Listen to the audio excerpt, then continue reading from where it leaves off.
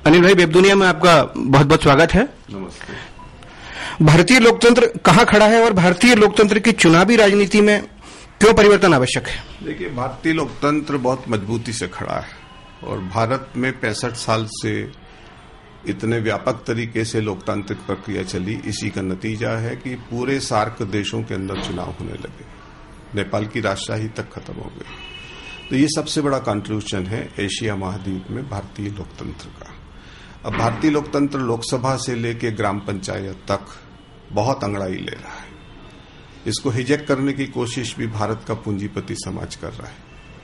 Corporate घरानों से लेके बड़े बड़े पूंजीपति लोग आज भारत में एकांगी विकास प्रक्रिया के नाम पे इस देश को लूटना चाहते हैं। इस चुनौती को काले धन, भ्रष्टाचार की व्यवस्था बदल को, राजनीति की जो यथास्थिति है जिसमें कांग्रेस और भाजपा नेतृत्व कर रही है, घोटालों का, काले धन के लूट का और काले धन की काली राजनीति की सरगना बनी हुई है, इसलिए उसमें बदलाव जरूरी है। अरविंद केजरीवाल जी ने जो अलग जगाया है, आम आदमी के मन की जो निराशा है वो दूर हो गई। इससे पहले भारतीय लोकतंत्र में एक डर का वातावरण था। हमको ऐसा लगता था कि हम कुछ नहीं कर सकते। आम आदमी की ताकत, आम आदमी पार्टी के उदय के साथ हिंदुस्तान के आम आवाम में यह आत्मविश्वास आया है कि हम बदल कर सकते हैं, और दिल्ली में वो बदल हुआ और उस बदल की आहट समूचे हिंदुस्तान में पहुंच रही है। आम आदमी पार्टी का उदय देश की राजनीति और लोकतंत्र के लिए टर्निंग पॉइंट है। लोक शक्ति का उदय होगा। लोग पूछते हैं कि आपकी पार्टी बिल्कुल नहीं है। मेरी पार्टी बिल्कुल नहीं है, उसमें कोई चिन्हित कार्यकर्ता नहीं है, बड़े नेता नहीं है, पर इंदौर का आम आवाम, आम आदमी बहुत पुराना है। वो इंदौर को समझता है और भाजपा कांग्रेस को भी अच्छी समझता है। मुझसे लोग सवाल पूछते हैं कि आप भाजपा और कांग्रेस से मुकाबला करेंगे। मैं कहता हूं ये मेरा हेडेक नहीं है कि मैं भाजपा और कांग्रेस से कैसे मुकाबला करूंगा। ये भाजपा और कांग्रेस का हेडेक है कि वो अनिल त्रिवेदी और आम आदमी पार्टी से कैसे मुकाबला करेंगे।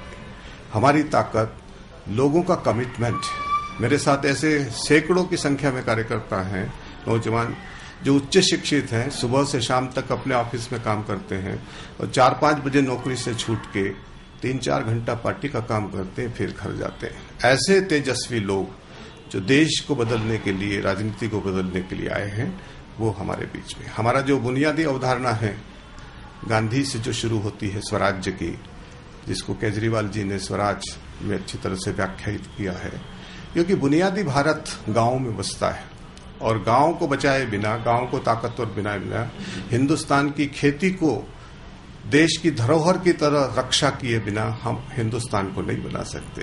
देखो, हमारी 1.25 अरब की आबादी है। भारत की फूड सिक्योरिटी सबसे बड़ी जरूरत है। यदि भारत के लोग के पास खाने को नहीं होगा तो भारत फिर से गुलाम बन जाएगा। ऑस्ट्रेलिया एक साल में जितना खाता है, हिंदुस्तान को एक दिन में उतना खाना लगता है। इतनी बड़ी अन्न की आवश्यकता, और न केवल भारत के, सार्क और एशिया के बहुत सारे देशों को खाना खिलाने की जवाबदारी भी भारत की है।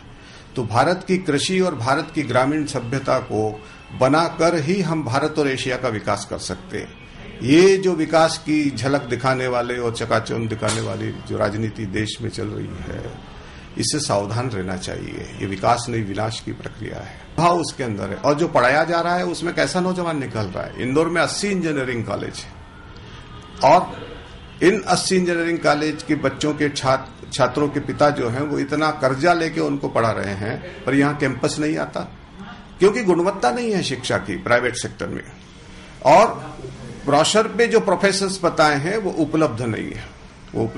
तो ये जो सबसे बड़ा, मैं इसको व्यापम घोटाले से भी बड़ा घोटाला मानता हूं कि आप फीस तो हाईली क्वालिफिकेशन की लेते हैं और शिक्षा जो है लोअर से लोअर स्तर की दे रहे हैं।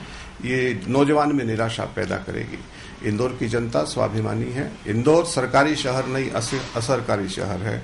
मैं बेपानी इंदौर को पानीदार बनाने के लिए, आम जनता की ताकत को खड़ी करने की, राजनीति का उदय करने के लिए, ध्रुवीकरण को तोड़ने के लिए चुनाव लड़ रहा हूं। मैं मेरे लिए चुनाव नहीं लड़ रहा हूं। आप अपने आप को मजबूत करिए। आम आदमी की पार्टी आपकी पार्टी है। आप मुझे वोट मत दीजिए, अपने आप का समर्थन कीजिए और भारतीय लोकतंत्र की अस्मिता और तेजस्विता को बढ़ाइए। यही मुझे कहना है। सबको प्रणाम। धन्यवाद।